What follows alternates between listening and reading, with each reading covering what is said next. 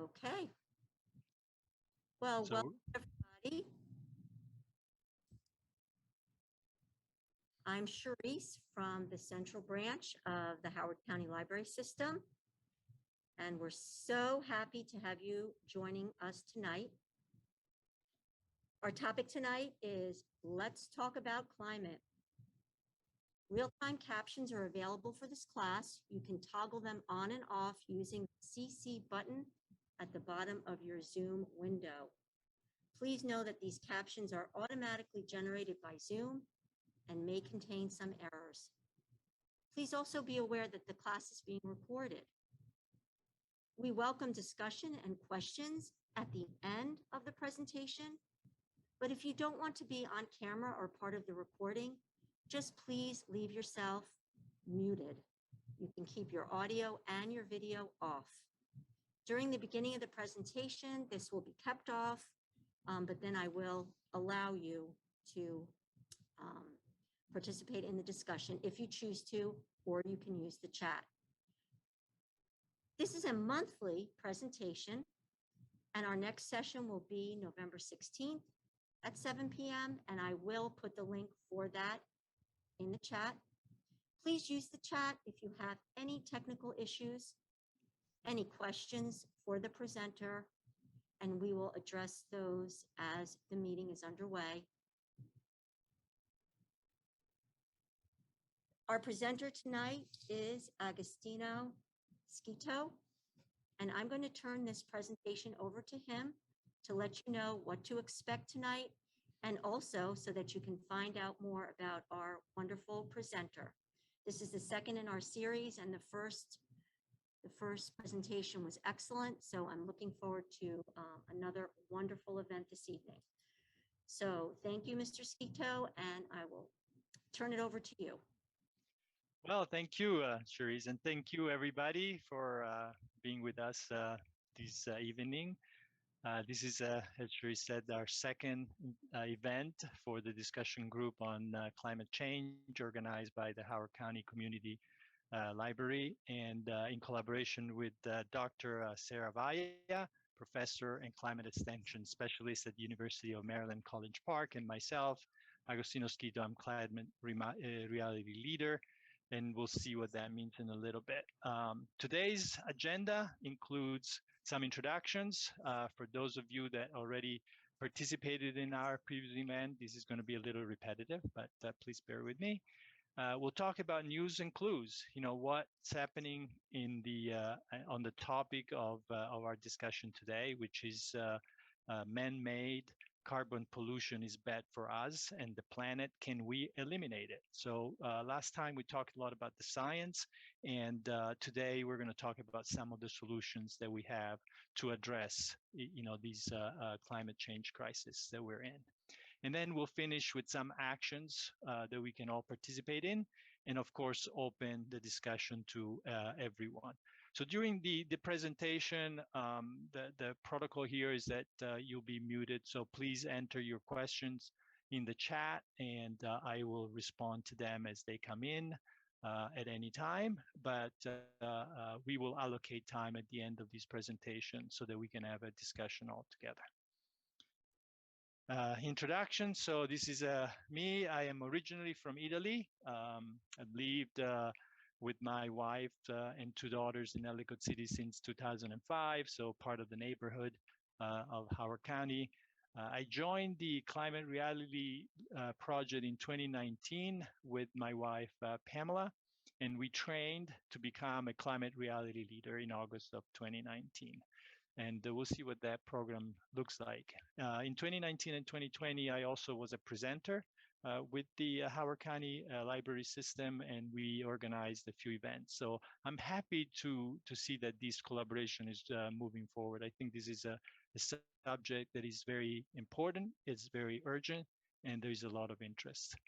The Climate Reality Project is an organization that was founded by former US Vice President Al Gore in 2006.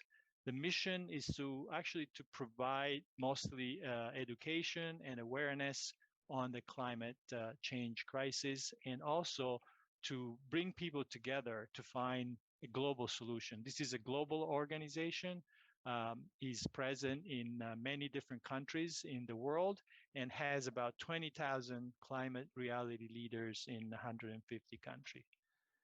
So let's get started with the news and clues. What I wanted to do in this section is to present some of the news that are relevant to our discussion. Of course, there are news all over the place about what's going on, and we are all inundated by news all the time. But this is something relevant to our solutions. And in these two news that I present here in the first page, what I wanted to show are these projects of rooftop solar that tell us that the solution is not just in the hands of the big energy producer, the large corporations, the governments, is in the hands of almost all of us, right? So this is a commercial rooftop solar installation, right? And one of the largest that was completed in Long Island. And the second one is actually a neighborhood development, from in California. So you see how this technology is now available to almost anyone that can and wants to use it. But it is also a technology that in some instances could be very expensive. On the left side here, we see energy storage. So that means batteries. And there are other things that are coming up, interestingly enough, in the storage solutions. But these huge batteries are becoming prevalent and very available. And here the news says that the forecast shows almost a tripling of the global storage capacity in 2021 compared to 2020. So this is growing very rapidly, and we'll discuss that in more details later on, together with wind farms, right? So under the Biden administration plan, there are a lot of wind farms that are part of the solution that we'll see later on and discuss in more details. And most of the economic reviews, what they're telling us is that the economy of the creation of electricity is changing. And in fact, the prediction is that fossil fuel use will peak in just a few years. So that means, and we'll see why in the next presentation, this means that we are looking for a brighter, better future, which I hope you'll see during the presentation. But there are challenges. And here is an article from the Baltimore Sun on the right, where the wind farm being discussed for Ocean City has been on the review for a long time. We think that we're expecting a resolution and a decision by the end of the year, but this is still a controversial subject. And I think that what we want to do is just discuss with all of you, the merits of these projects and why they're so important to all of us. So now let's get into our presentations.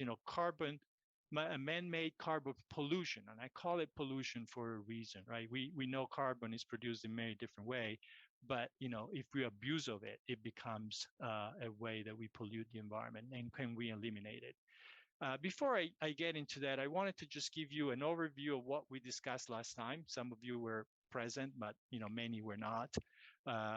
So I wanted to set the stage for what the type of knowledge that we have achieved and concluded during our past presentation. So first of all, there is now consensus that global warming is real and we are in a climate crisis. The carbon levels are rising faster than ever. Human activities are clearly responsible for the warming of the planet. And to stop the increase in global warming, we must stop greenhouse gas emissions. And this is the subject of our presentation today. So that's where the link is. Some changes are irreversible. So we reached points where it's difficult to move back quickly. And we're now in the new normal, as Dr. Saravaya presented very well last month. And we really need to use our voices, choices, and actions to make sure that we move in the right direction and we avoid the worst case scenario. The problem, I really like this picture a lot. I'm sure you have seen it before. The problem is that atmosphere shell that you see in this picture above the Earth is just that little, and compared to the vastness of the planet. And even if we think, that the space above our heads is so large, in reality, is as small as the shell of an apple. So the skin of an apple, it compared to the planet. And what happens, and we have seen this during our last presentation, is that this is what explains the global warming situation. The solar radiation is warming the planet. It goes through the atmosphere, and then the planet emits these infrared waves that are going back into space. Some of them are reflected by the atmosphere and come back to the planet. And so this equilibrium of the energy coming in, coming out, reflected, this is an equilibrium that has been going on for so long and has permitted the planet to develop the type of life that we enjoy here. This is the only planet we know of that has this situation, and the problem is that we are spewing over 162 million tons of man-made global warming pollution into this little shell of the atmosphere every 24 hours. This is like, we are polluting an ocean. Um, and so that thickening of the atmosphere creates the result that more of that radiation is maintained within the planet. And so that's global warming. I wanted to just, recap these that we discussed last month because it's relevant to our discussion. So where is all these CO2 coming from? Oh, in this picture, you see all of the different, and there are many more, but some of the most important ways that we produce man-made carbon. Air transportation is one way. The burning of forests and crops for land use is another way. Land transport, industrial processes, coal mining. We'll see some of these in the next presentation, because in fact, the largest source of global warming pollution is the burning of fossil fuel. So that's what we're going to focus on during these next few slides. And we are at the point where we have to make some decisions, right? We have been using fossil fuel for so long, and we now know what they can cause. And we, humanity, we, the planet, we have to make some decisions. We have to take some decisions, but we have the solutions, and that's what we're going to discuss in the next few slides. For example, this is what the progress that we made is on the wind capacity. In 2000, the projection where that wind capacity would reach about 30 gigawatt by 2010. That goal was passed by 2010, almost twice as much. But now by 2020, we have gone 24 times over that goal. So what that tells us is that things are growing much faster than we had originally predicted. And as you can see in this graph, we are doubling or increasing our capacity almost exponentially. And this is because the cost of that generation has been going down. So it's becoming more and more economically feasible. And this certainly helps, right? Because it's good to do things for the planet because we believe it's important, but it's a lot easier to do it and also, being on the economical side of the equation. And then the wind energy is very abundant. Globally, wind could supply worldwide electricity consumption 40 times over for the entire planet. So this is great. And it's also abundant in our United States. In fact, here is advertising for Texas, where some utilities are offering free electricity at night, that when the consumption is less, but the wind is still blowing. So there is extra energy available. And we call this renewable energy because it renews itself, right? It never ends. It cannot be depleted by using it instead of what we do with fossil fuel or other type of situations where the energy is finite.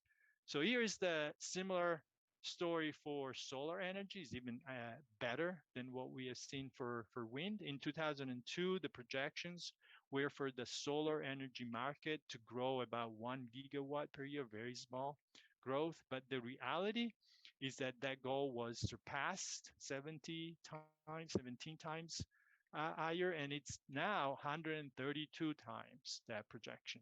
Here, the growth is a lot faster, as you see. It didn't start fast at the beginning. Solar technology it was quite difficult to master, but now we are doubling capacity year over year at a very, very fast rate.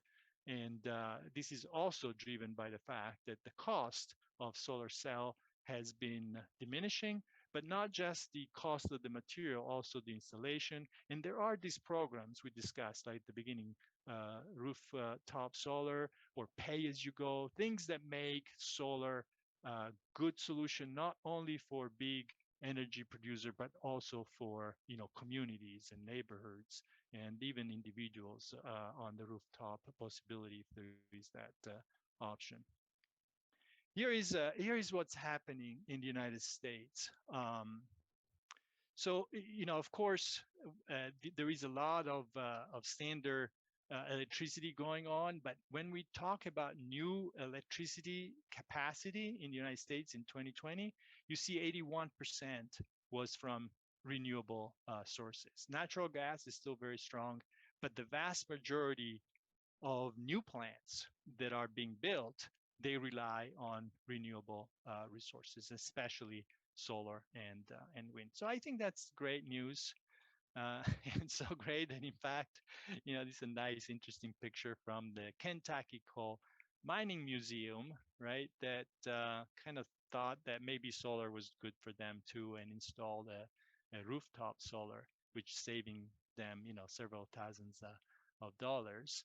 But it's not only, individual. Like we said at the beginning of this news, the availability of the solar panels now it's very vast, and so here is an investment that was done by a school district, which used the money to raise their pay for teachers. So the projects are available to a much larger population, and as we talked about, for the wind, the sun also always shine in some parts of the planet, of course. And if we were able to capture all that energy that we receive from the sun every hour, it would be sufficient for the energy of the planet for a full year. Of course, there's a lot that can be used. So this is a new introduction in our program here. I hope you like it. And I wanted to to ask a question about renewable energy. So we said that 81% of new plants, right, are using renewable energy. But what do you think is the total of the renewable energy available, right, in the United States in 2020? And I put, like those three answers: 30%, 20%. 10%. You don't have to answer the call. We'll keep it open for about a few seconds more. I thought it was an interesting curiosity and see, how do you think we are and what kind of progress we're making in trying to not only take advantage of the better prices, but replacing the fossil fuel plants with with renewable sources. So it looks like we have a tie. Do we have a tie? 50% between 20% and 10%. No, I think 10% is winning. All right, let's end the poll, Cherise, and we'll see what the answer tells us. What do I do?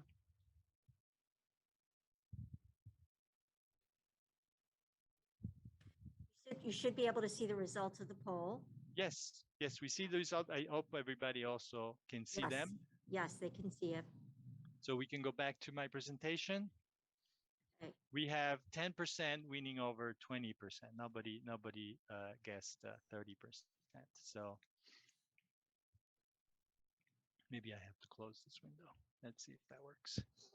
And so the answer is 20%, which I thought it was really good, right? Because I would have guessed less myself. I put 10, to give a little bit of a clue that, we're making very good progress. So you see, this is information from the Energy Information Administration. It's from the 2020 year, and renewable accounted for 20% of all electricity generated, with nuclear 20%, coal 19%. There are no new more coal plants being built anywhere in the United States. A lot of the coal plants are being closed, dismissed. Natural gas, it's still the vast majority of the energy of the source used for electricity generation. So I thought that was interesting, and I wanted to share with you.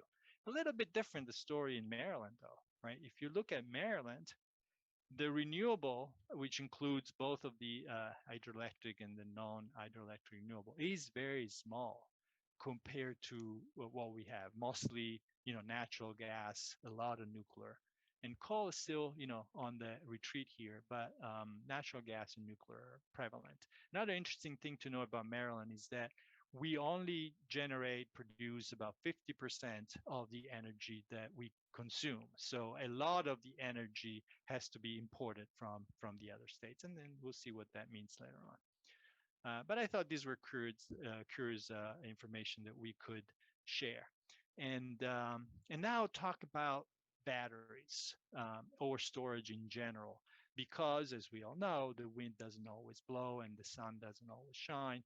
So batteries have become an important component of this solution, and is predicted to transform here human civilization. What we see in this graph is how batteries are slowly, coming up.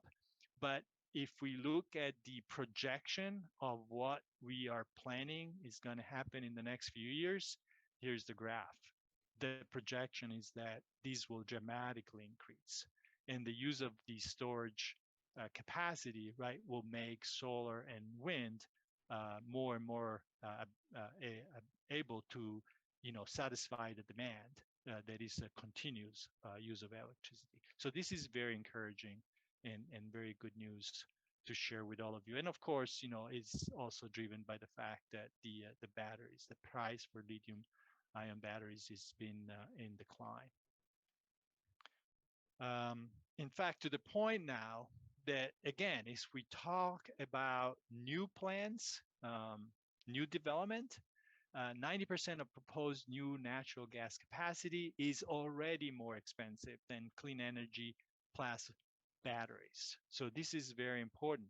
And there are examples. This is an example from Florida, where corporations here are shutting down gas plants to replace them with solar and batteries. Some of these batteries are gigantic. Here is another example from California, where a natural gas plant was dismissed to replace with wind and solar, and another one also in California, where we're building one of the largest batteries available, 300 megawatts battery available, which will be the largest in the world once it is finished. So all of these tells us that we can and we have and we should move forward, right, with these renewable sources of energy to replace existing fossil fuel. And the trend is so great that I wanted to show you these graph, where we started in 2014, where maybe 1% of the world had access to solar and wind, moving to in the 2019, 2/3 of the world, that the expectation is by 2024 the entire world will have access to the solar and wind, the renewable energy, as options that is cheaper than the current way, which is coal and natural gas, and also nuclear power. Here in the United States, if we look at the cost in the years, you see coal, natural gas, and nuclear that have been, on the same level range pretty much, with natural gas being the cheaper of the three. But wind in the last few years have become a lot cheaper, and now you see solar coming down from big cost to being the cheapest of all possible solutions available. And in fact, what this means is that a lot of uh, communities, a lot of governments, and a lot of cities, not just in the United States, but all over the world, have found that this information is so important they can feel comfortable to make these commitments to become 100% free of fossil fuel electricity within the next decade or so. This is all the cities that have committed to do that in the United States, and some of them have already achieved these 100% renewable electricity, noting Colombia in Maryland, right, where we already have achieved that 100% renewable electricity target. And we know that this is a very popular switch, right? We are planning to do that 100% in 2050 for all states. And this is not just good for the economy alone, it's also good for jobs. I'm going to go through very quickly here on the next few slides. But jobs are important to our economy, as we all know. And in the United States, there are nearly 4 times as many jobs in solar as in coal mining. And the wind turbine technicians is supposed to be one of the fast growing jobs in the United States. So here's my second poll for today. We talked about, carbon generated by burning fossil fuel, but burning fossil fuel is available in all of these three sectors, right? So we burn fossil fuel when we use our cars and trucks. Of course, we burn fossil fuel to generate electricity, but the industrial processes, right, they are also very intensive. Think about all the burning and that happens in furnace for steel and iron production, and all of the other processes that are related to that industry. So this is about which one of these sector do you think has produced more greenhouse gas in the United States?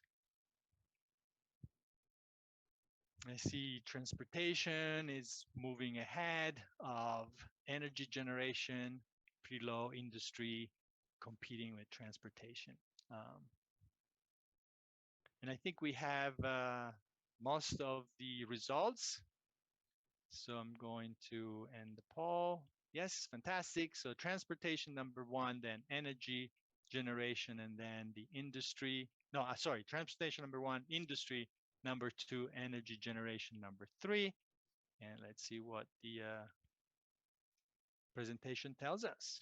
Transportation. So you were right. I was kind of surprised by these data, but what is actually happening is that in the industrialized nations, transportation has become the number 1 source of emissions, with electricity generation second and industry third, right? If we look at some other countries, these two, transportation and electricity generation will probably be reversed.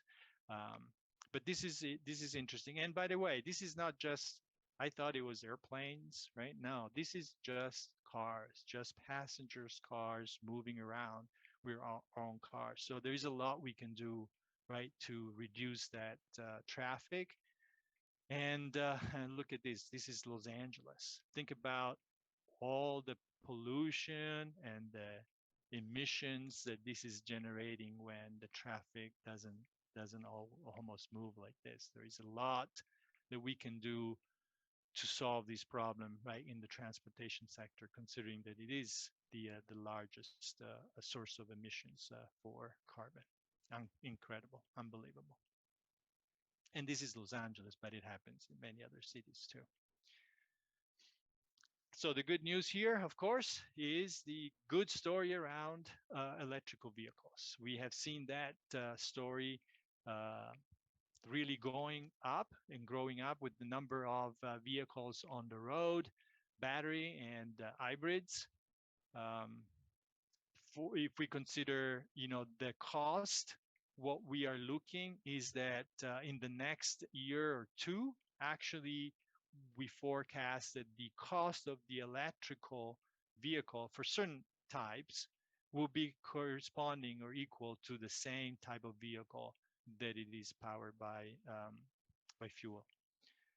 So that is great news, and we already see, that in our forecast, the parity of price in 2022 will be for large cars and SUVs in the US and Europe, 2023 in China for mid-sized cars. 2024, we expect that parity to be available for all segments of the car market in the United States. And that also is reflected by the fact that the car manufacturer are making investments in increasing the capacity, the production of electrical vehicles.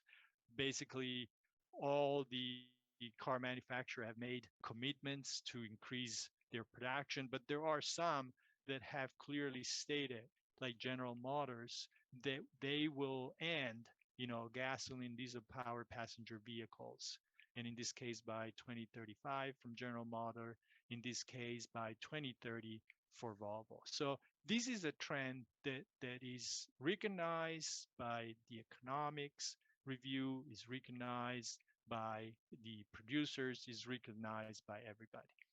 So here's our last poll. I promise this is the last one. And talks about what is the market share. So we see that how dramatic that growth is of the sales of electric vehicles. But what do you think we have as far as number of electric vehicle on the road? And I have to, say this is only electric vehicle, no hybrids, just electricity only vehicles. Because there is a big difference between the electric vehicle solution that we would like to see, in those from the car manufacturer and the current solutions with the hybrid, which is good, but can be better, of course. So I see that is 4%, about 4% has won here with, oh, we have another vote with 2% and 7% being about equal. So we'll stop the poll, and the answer is it's actually, let's see if I can advance the slide. It's actually less than 2%.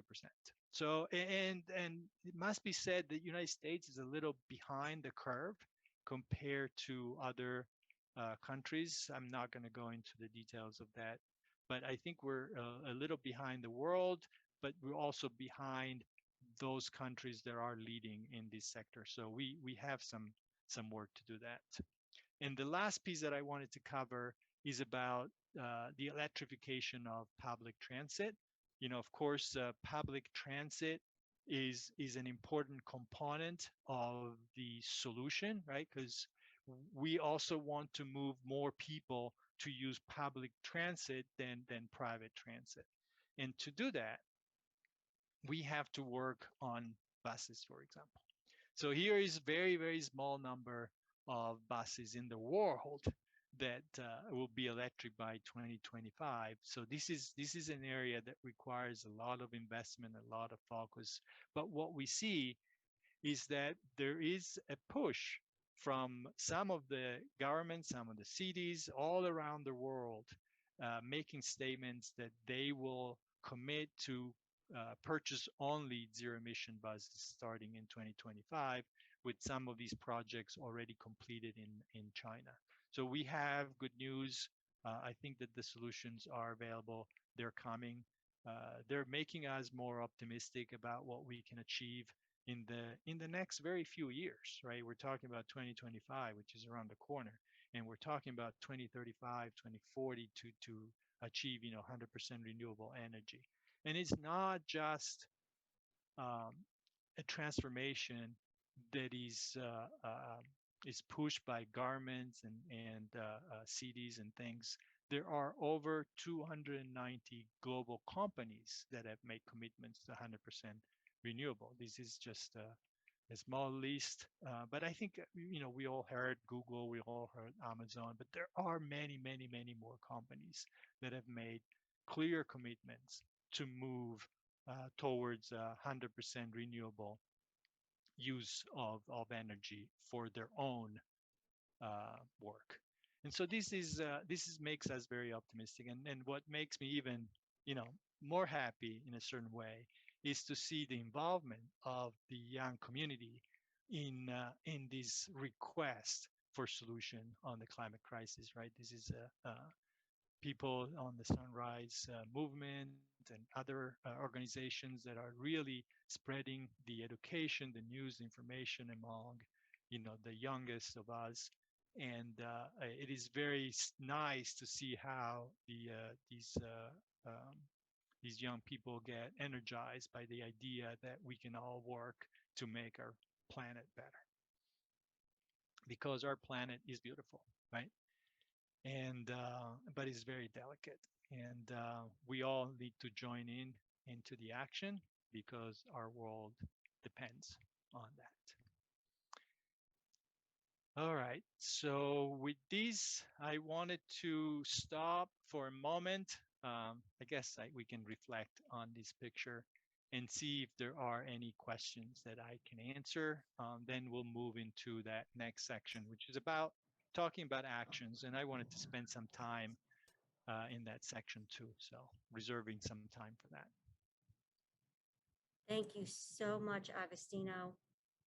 I'm going to unmute folks. If they want to unmute themselves, they can do that and participate in a conversation, or you can post your questions in the chat and I will provide them to Agostino. Yes.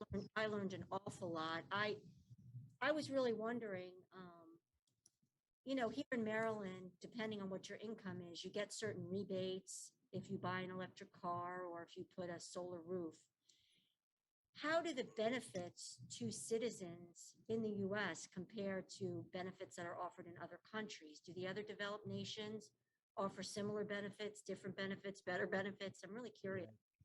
Yeah, I can't say that I have the data to share, and it's something that we certainly can provide. But what I can tell you from my knowledge is that there are many, many countries, especially in Europe, that have made substantial commitments to these transformation, and so they have made programs available to their citizens, which are more important and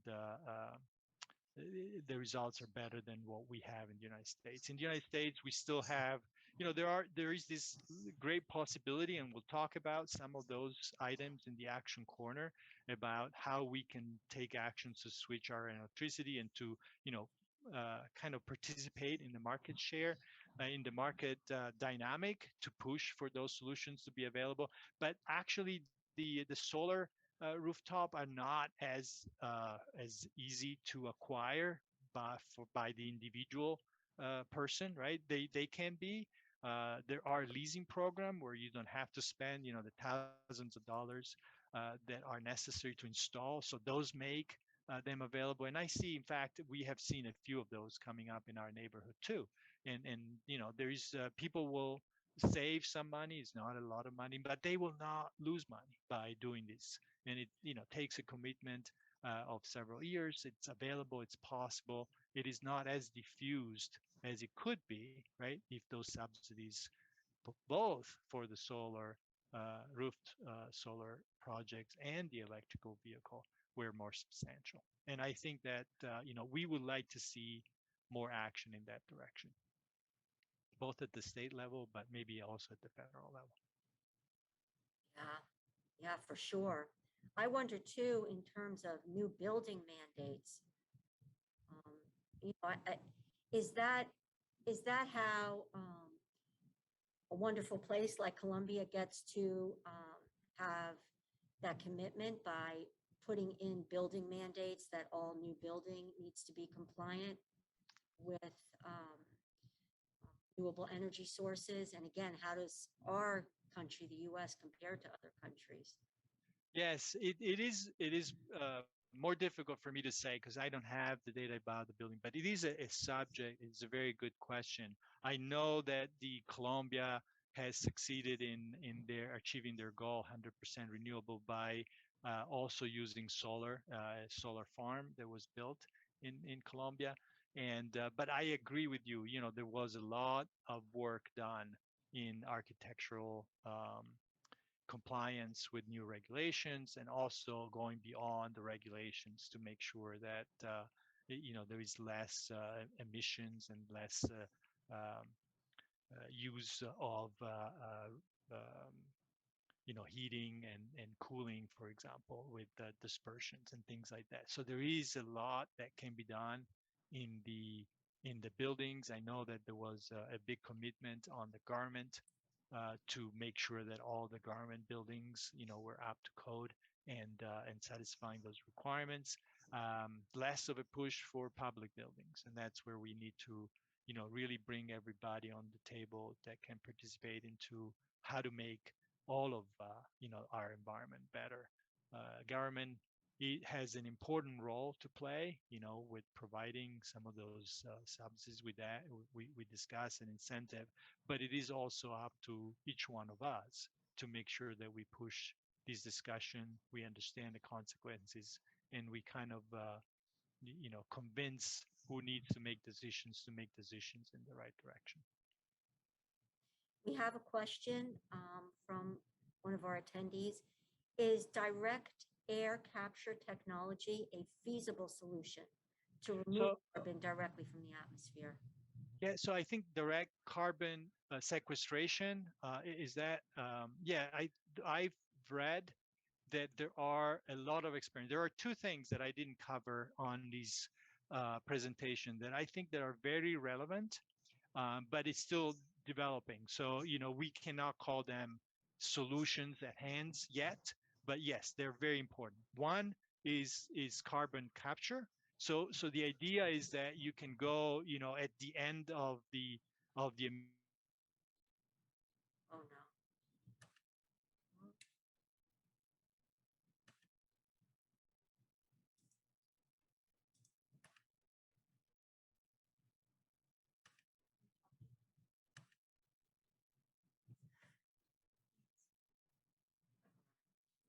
Where is he?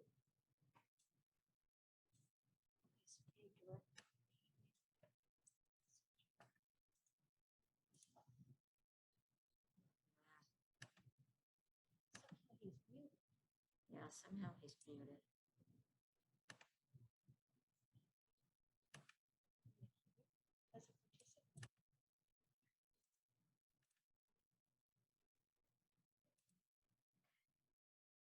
I need you to unmute yourself. okay, yes, I Okay, touched the button. sorry about that. Yeah, you seem to become So muted. yeah, Yeah. so I don't know if I was answering the question, but if you heard it, but you know, the carbon capture is a very good technology. I think that is, there are very good results, but still, you know, research and development. The other big technology that we see coming up is use of hydrogen as a source of energy. There are very few of these projects too, but hydrogen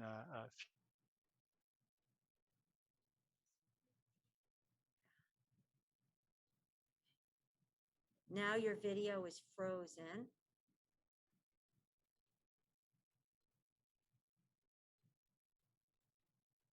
Thank you. what we presented actually is what we can do right now, right? But there is a lot that is coming up.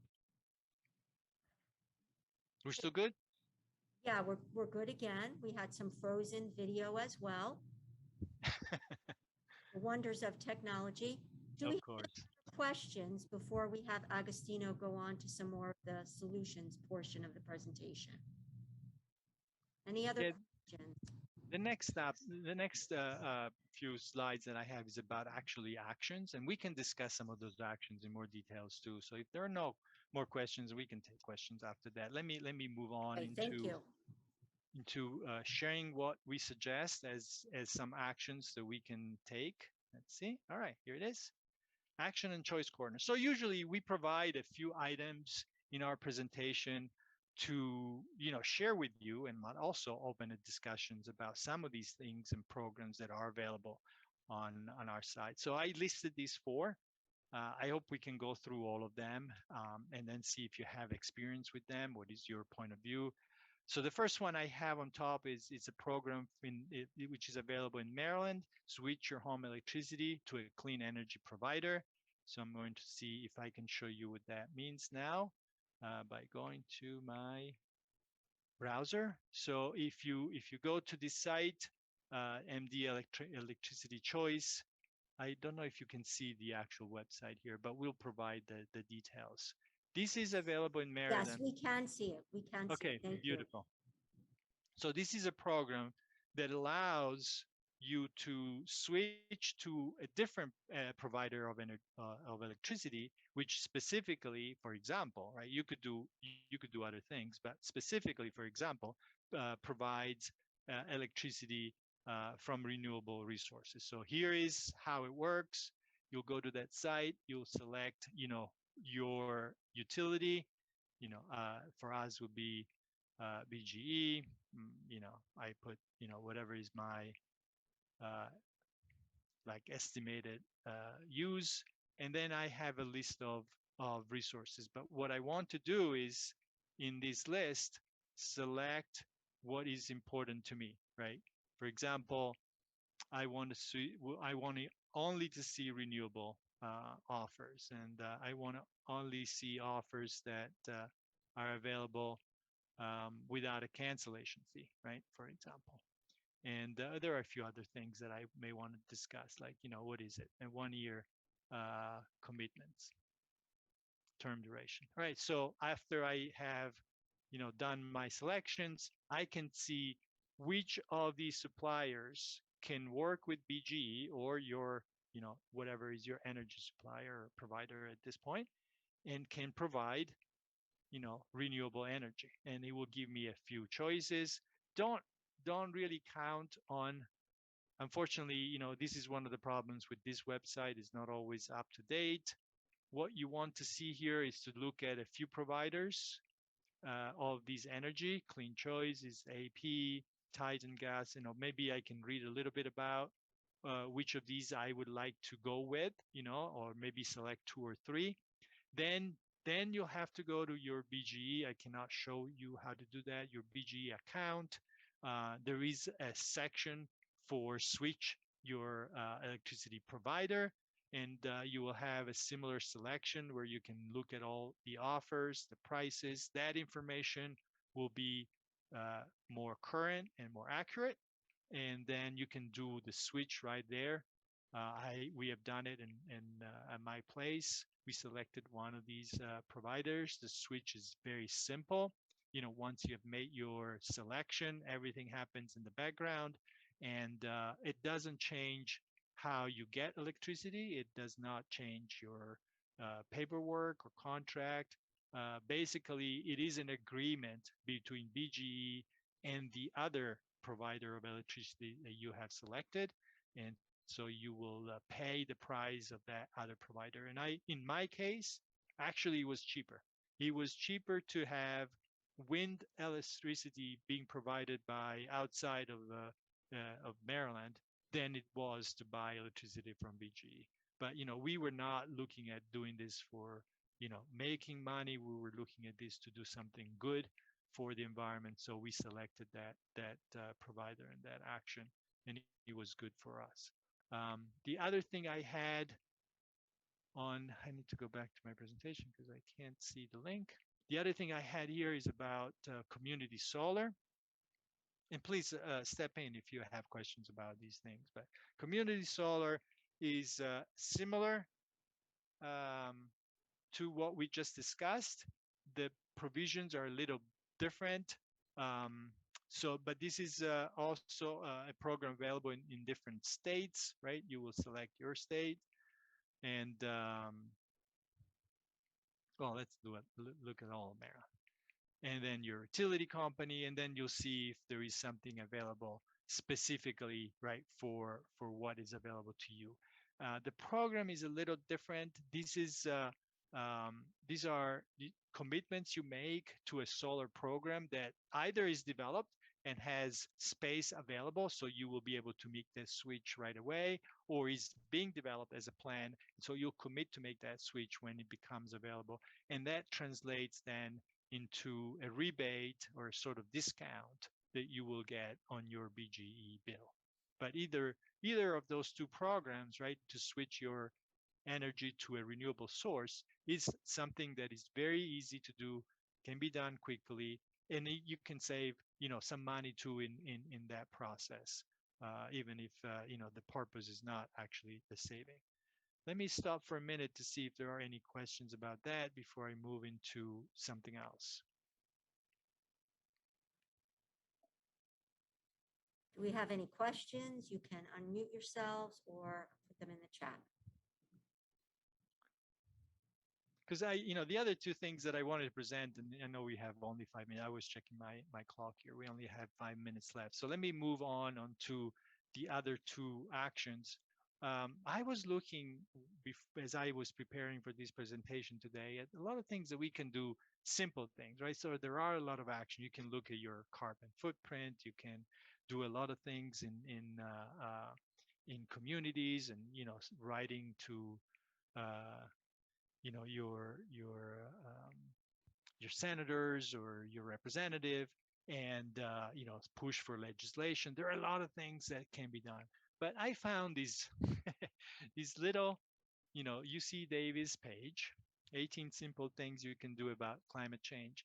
And I like this approach because this is very personal. This is a list, and we don't need to go through the list of all 18. You can research these on your own, but these are little things that we can do, and don't take a lot of energy on our side. And the concept is this generic idea that, to be more sustainable, our way of working, our economy has to use those principles of reduce, reuse, and recycle. We need to get into a more sustainable way of living. And so, here are the little things we can do in our everyday life. Bring your own bottle. Don't buy plastic bottle. Um, this is something we have done in our house, right? Replace all your bulbs. There are, now LED that will consume a lot less. Don't keep your lights on if you don't need them. This is actually something interesting that we have also explored.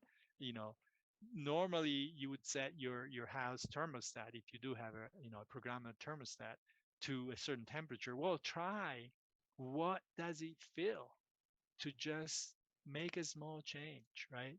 2 degrees of change in a directions or another to preserve electricity, right?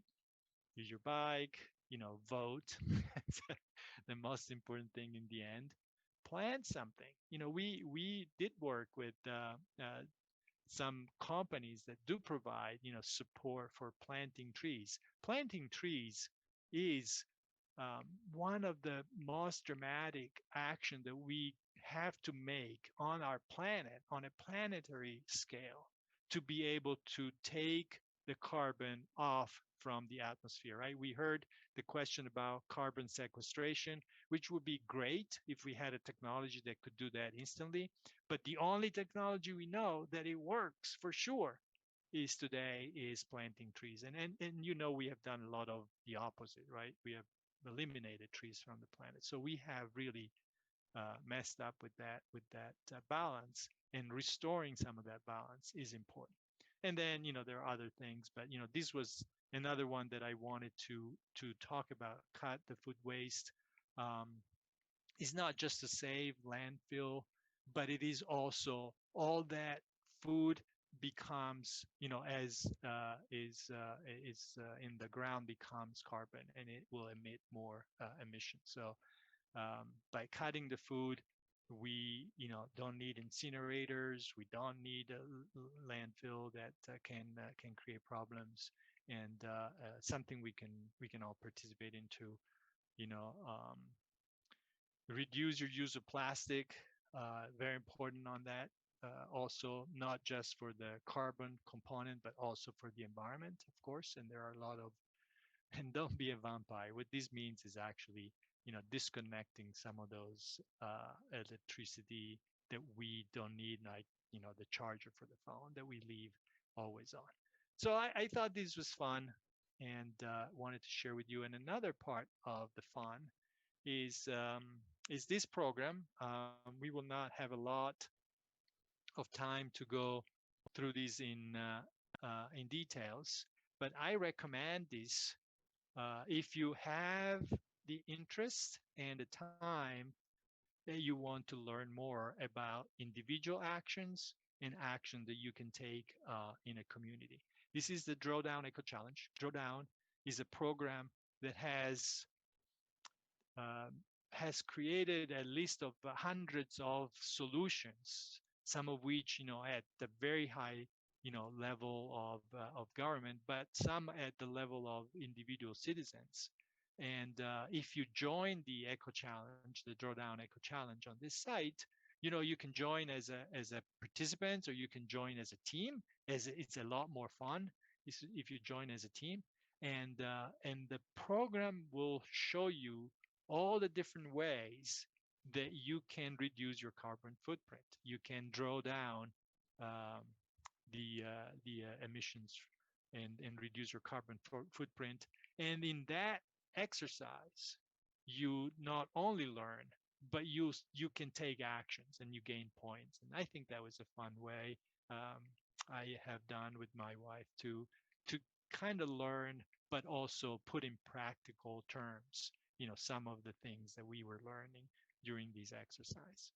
And I think we have reached the time, but I'm available if we want to stay a little bit more. The only two things that I have left, it was this next meeting. I think, Cherise, you said at the beginning, is Tuesday, November 16, 7, 8 p.m. We're going to talk about what do people in Maryland and Howard County think about climate change. So this is about what is the perception versus the facts in some of the things that we know or think that we know versus what's actually is the reality. And so we'll show some of that because it's very interesting information and can also inform us into making the right decisions. Yes, I have put the information again for registering for next month's session. And as a reminder to everyone, we do have a climate@hclibrary.org email where you can email your climate questions, and then I can let our presenters know in advance if there are certain topics you would like them to cover. Do we have any other questions before we end this presentation? Thank you so much, Agostino. I really think that knowing that there are solutions, and also just seeing the numbers that you showed, that there is improvement, because when you feel like there is positive change, it makes you feel stronger about the fact that you can make a difference. Yes, I agree. We hear a lot about the bad news. I didn't have to go back to the bad news. I was talking to some of my colleagues earlier today, and the first question that came up was, "Is it all gloom and doom, and we're all going into a disaster?" We are in a crisis. I don't want to minimize the importance, but we're making progress. And the thing that I wanted to share with you today is that we can certainly wait for future solutions, technology that will come and will solve all of these as a miracle. But instead, we should use the solutions that we have available today. Let's take the actions that we can today to do what is possible, even if they're not perfect solutions. They are good solutions. We can use them. Let's do that. Yes. Yes, I definitely agree, and I feel empowered by that. I have put the links that Agostino shared in the chat, and I will also put them in an email to everyone tomorrow to follow up on what we learned today. We welcome your feedback. There is a survey in the chat. I will include the survey as well in the email. So if you didn't get a chance to bookmark it or click on it, I just can't thank everyone enough for spending some of their valuable time with us this evening. And I'm so grateful to our presenter. We really learned so much good information. Thank you so much for supporting our customers and teaching us so much. Thank you. Thank you. And also, we would like to know what you like, also what you dislike, if there's something you dislike about this program, but also, more important to me, what are you curious about? What is that we can put into the program that you would like us to discuss. And Sarah Bai is a great scientist. If you have questions, doubts, you want to dig into the facts, the science, she'll be able to drive all of that. So we That welcome sounds your feedback and your suggestions and recommendations. all right. Hey, Thank you. And there is a question. Is it worth cultivating nutrient deficient land for planting of trees, or should we focus on clean energy such as wind and solar? I think plenty of trees has to be part of the equation here. Of course, if we were able to turn all of our energy production in a snap to clean energy, that would give us the greatest solution of all, right? We would be done. But that is a process that is going to take many, many years, decades, right? So in that process, in the meantime, we have to work on the two sides, right? One side is what they call the sinks, so the processes that can take the carbon off the atmosphere, and plants is the number one process that we can really work on. And the regeneration of the soil, I think that was also part of the question. Fundamental, we have to really regenerate all of our farming practices, also for animal farming. If it's something that is interest to the group, we'll be able to come back and talk about farming and farmlands, because it's an important part of the equation. Remember though, burning of fossil fuel is the number one. We have to address that, because it's 80% of the emissions comes from burning fossil fuel, right? Everything else we have to do too, but let's not, forget that this is number one goal that we have to really achieve, and we have to do it as fast as possible. And I think somebody had turned on their camera and had another question. Please go ahead. No, I just wanted to say, that was a great presentation. It was probably the only presentation on climate change that I've heard that's left me feeling optimistic and good. Yes. Thank you for sharing that. Thank you. But Pam is my wife, so it's a little bit. Oh, okay. Well, thank you for joining us. Really, really appreciate it. But I agree, and I'm not his wife. I agree. Yeah. Somebody asked about the recording of the September session. I have put that link in the chat. And that's where the recording is. Howard County Library System has an on-demand YouTube channel. So I put the link there in the chat, and I will also include it in the email. Okay, well, that certainly was a wonderful presentation, and we hope to see you all again next month. Thank you. Absolutely. Thank you. And share, family, friends, bring them all in. We want more. Yes, absolutely. And if they can't make it, we do record every session, and it will be on our YouTube channel. Thank you. Thank you all. Thank you. Good evening.